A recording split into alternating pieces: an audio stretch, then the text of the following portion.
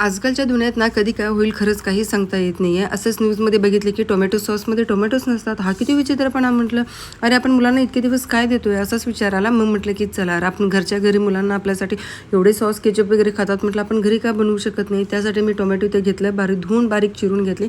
त्यामध्ये मी घातलेला आहे बीट, कांदा, नंतर त्यामध्ये घालायचं आहे आलं, लसूण, दालचिनी. हे छान एकदा कणी कुकरला शिटी द्या, पाणी घालू नका, त्यामुळे टोमॅटोमध्ये पाणी असतं त्यामुळे ते छान शिजलंही जातं. नंतर ह्यामध्ये मी 7 ते 8 चमचे इथं साखर घातलेलं आहे.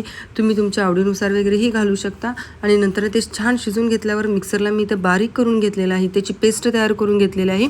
आणि हे पेस्ट आपल्याला की गाळून घ्यायचं आहे, कारण जे काही लम्स असतील ना तर ते यामधनं निघून जातील. आणि नंतर ना त्यामध्ये आपल्याला मिरची पावडर आणि मीठ घालून ना की छान असं त्याला शिजवून घ्यायचं आहे. तेल सुटूसपर्यंत शिजवून घ्या, जेणेकरून आपला केचप 1 नंबर तयार घरच्या घरी मस्त असं हेल्दी. तुम्ही कोणत्या पद्धतीने तयार करताना तर नक्कीच मला कमेंट करून सांगा.